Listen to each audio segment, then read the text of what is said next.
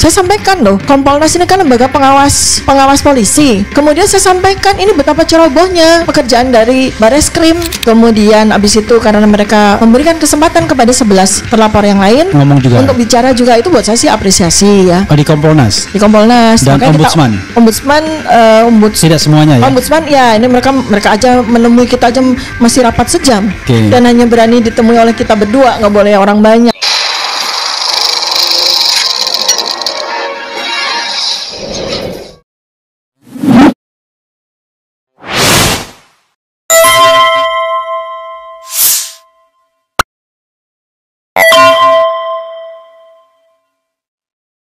Nah, sekarang saya mau tunjukkan ornamen yang sangat penting, paling pokok, yaitu bukan data yang tidak sah, data yang belum terverifikasi. Iya, belum verified ya. Unverified yet ya. Iya. Ya, jadi bukan data yang tidak sahih tapi benar. Iya. Unverified yet. Sekarang lihat dari nilai. Nilai diketik dengan mesin ketik manual, bukan dengan tulisan tangan. Ya. Dan ini yang otentik dari sebuah transkrip nilai produksi dari UGM. Nggak ada namanya UGM itu bikin transkrip dengan tulisan tangan tuh nggak ada. Ya, itu. Kemudian nanti kita akan lakukan penilaian terhadap keduanya ya. Yang jelas transkrip nilai asli itu pada tahun 1985 itu ditulis dengan mesin ketik manual, bukan dengan printer, bukan dengan tulisan tangan. Ya. Kemudian lihat kolom yang di halaman kedua itu sudah terisi dengan mata kuliah pilihan yang diambil yang bersangkutan. Ya, mata kuliah pilihan diambil. Nah, karena itu sah dia lulus. Karena mata kuliah wajib dia nilainya bagus-bagus, ini antara A, B, C ya. Banyak B, banyak A, C-nya dikit. Ya, ini dia lulus dengan sangat memuaskan. Di atas 2,75. 2,75 itu IPK yang sangat bagus waktu itu. Di zaman dulu Universitas Gadjah Mada itu terkenal sangat pelit ya, memberi nilai. Sangat pelit. Sangat pelit ya, berdarah-darah. Saya jadi dosen ngasihnya cuma nilainya B, A, B, A. Waktu saya kuliah nilai itu bisa A, B, bisa C, bisa D. Dan bertaburan misalnya kita bisa ngulang-ngulang. Ini ya, perhatikan ya, kolomnya mata kuliah pilihan terisi penuh ya. Coba Mas perlihatkan yang tadi. Bedanya ya. Kalau yang tadi yang katanya transkrip nilainya Joko Widodo itu mata kuliah pilihannya kosong. Ya. Sekarang kita lihat di bagian paling bawah ya. Itu ada 2 tanda tangan yang sudah terisi dan cap ya. Dari tanda tangan yang pertama adalah dekan, waktu itu tahun 1985, dekannya Profesor Dr. Insinyur Sunardi ya, Prawiro Hatmojo. Kemudian di sini pembantu dekan 1 bidang akademik ya, Dr. Insinyur Joko Kasmujo. Enggak, Joko Mari siapa ini ya? Dr. Insinyur Joko M ya, pembantu dekan 1 waktu itu.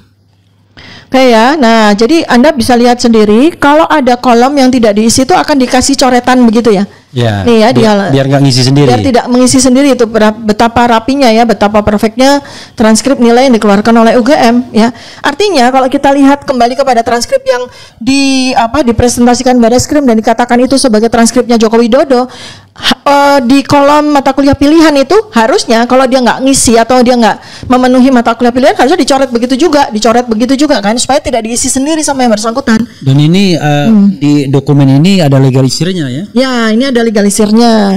Nah, kemudian kalau di jumlah itu total SKS yang ditempuh oleh seorang sarjana kehutanan UGM itu totalnya 161 SKS. Nah, saya tidak menyampaikan transkrip yang berikutnya yang juga abal-abal, itu nanti di segmen yang lain. Saya mau tunjukin aja kepada teman-teman semuanya. Inilah perbandingan ya. Kalau kita mau coba kita komparasi tahun yang sama atau around gitu ya. Jadi di antara periode waktu itu, saya alhamdulillah dapat di periode 1985 juga.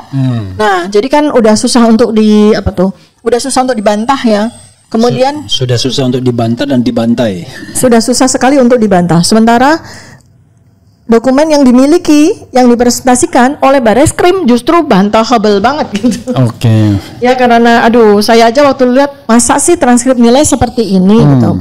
Ada orang ketika saya share di X gitu, jangan-jangan itu baru draftnya gitu kan. Nah, sekarang pertanyaan saya, kenapa draft yang disampaikan oleh Bareskrim Sebab itu kan putusan untuk penghentian dari penyelidikan kan.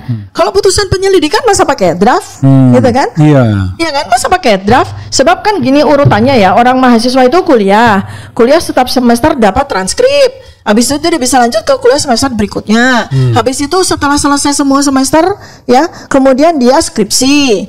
Habis itu dia KKN atau KKN dulu baru skripsi lah, whatever ya. KKN dulu baru skripsi misalnya begitu, atau skripsi dulu baru KKN, baru dia sudah dapat ijazah. Nah, di antara sekuens ini kan semua harus terpenuhi. Artinya dia itu ketika dia mau KKN lah atau mau skripsi lah, semua nilai-nilai itu sudah masuk ke pembentuk dekan 1 bidang akademik, udah masuk. Dosen-dosennya udah lapor sehingga transkripnya itu udah jadi. Nah, disitulah letak draft kalau memang ada draft. Tapi draft itu tidak diberikan kepada kita, draft itu dimiliki oleh fakultas. Iya, kita nggak mungkin pakai draft kita. Dan kita nggak mungkin pakai draft. Karena setiap kita minta transkrip nilai, pasti yang asli dikasih. Pasti yang asli, ada tanda tangannya pembantu dekan 1 dan ada tanda tangan dekan dan ada cap warnanya merah supaya Jadi tidak dulu dipalsukan. saya pernah minta transkrip nilai yang belum lengkap nilainya. Kalau nggak salah belum ada nilai skripsinya gitu ya, atau nilai KKN atau lupa saya nilai skripsi.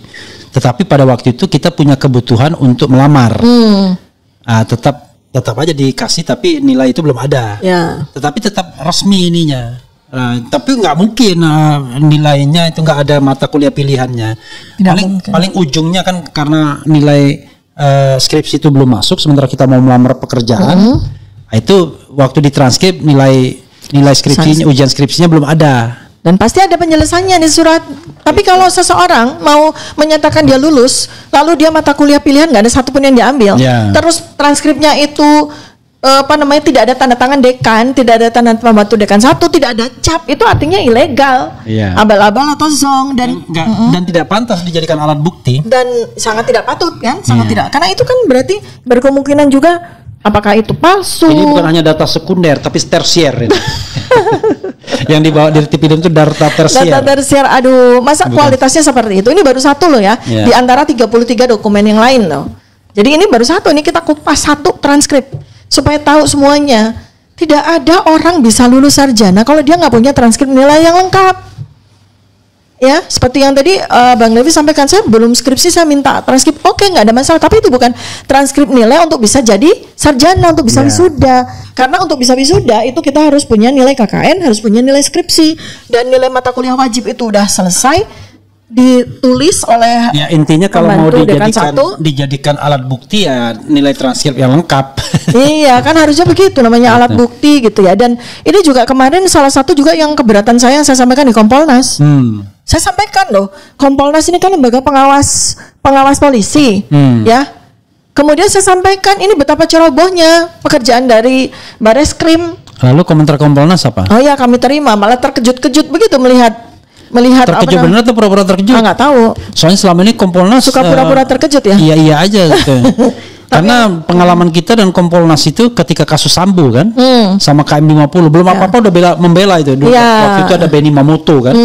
Wah, belum apa-apa dia udah bela, udah bener katanya prosedur dan lain sebagainya. Ternyata KM50 memang masih misteri sekarang, tapi Sambo kan terbukti bahwa ada kebohongan yang besar yang ditutupi ya. Gitu. Ya ini kan sekarang harusnya kan diusut ini dokumen-dokumen abal-abal atau dokumen-dokumen yang sangat tidak layak untuk jadi barang bukti dari Bareskrim. Asalnya dari mana nih?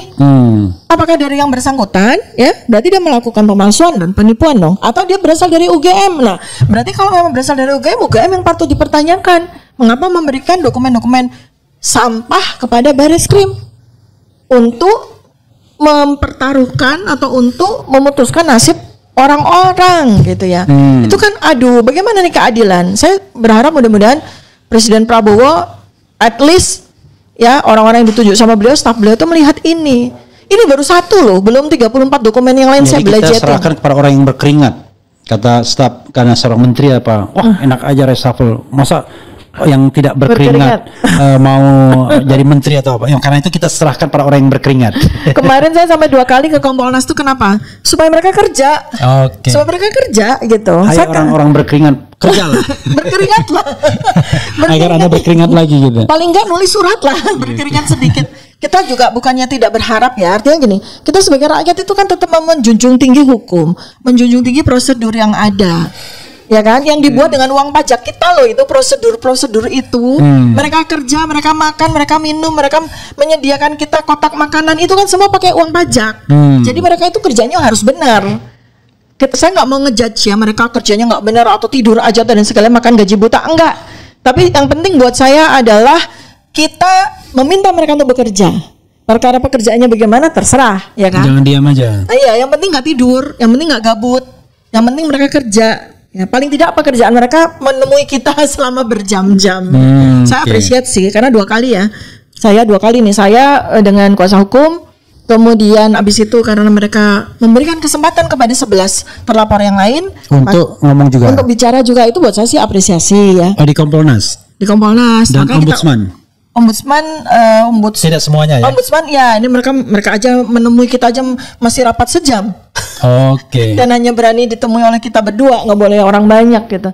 Buat gimana coba bayangkan institusi yang sudah ada undang-undangnya, diangkat dengan prosedur yang benar gitu, nemuin masyarakat aja takut. Ombudsman itu ini lucu, kemarin waktu kita ke Ombudsman itu ya, kita udah bersurat 2 kali ya. Kemudian kita temui kan nggak ada jawaban atas surat. Kemudian ketika kita minta ketemu sama komisioner, kita nunggu 1 jam, kayaknya mereka rapat gitu kan, mau diapain. Abis itu setelah kita diterima hanya boleh 2 orang, gimana nih? Ombudsman. 2 orang itu siapa aja? Ya akhirnya saya dengan Pak Abdullah Katiri, koordinator tim kuasa. Pak Abdullah tadi yang orang yang gemuk-gemuk tadi. Yang baru saja saya podcast tadi. Akhirnya berdua terus kayak gimana ya, saya dalam hati saya tuh, ini gimana sih ombudsman ini tuh posisinya ada di mana?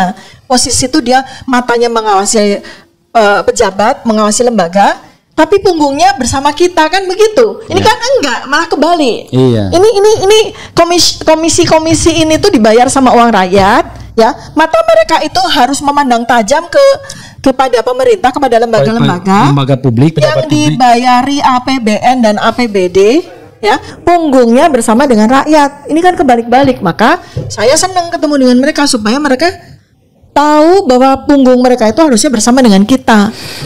Bukannya punggung mereka mata mereka menatap tajam kepada rakyat gitu. Paling enggak kan kita kerjain lah gitu supaya mereka bekerja.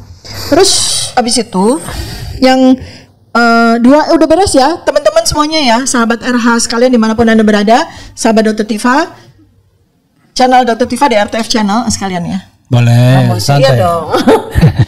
Saudara-saudara sebangsa dan setanah air. Kenapa nggak Dr. Tifa aja namanya? Di RTF ada Dr. Tifa, ada sendiri yang khusus kesehatan. Yang di RTF yang khusus perjuangan. Ini kan sekarang kita lagi perang Badar ya, bukan perang Uhud. Banyak berdarah itu. Perang Badar itu menang, insya Allah. Karena yang sedang kita usung adalah kebenarannya Allah. Kita ini cuma menjadi alatnya aja.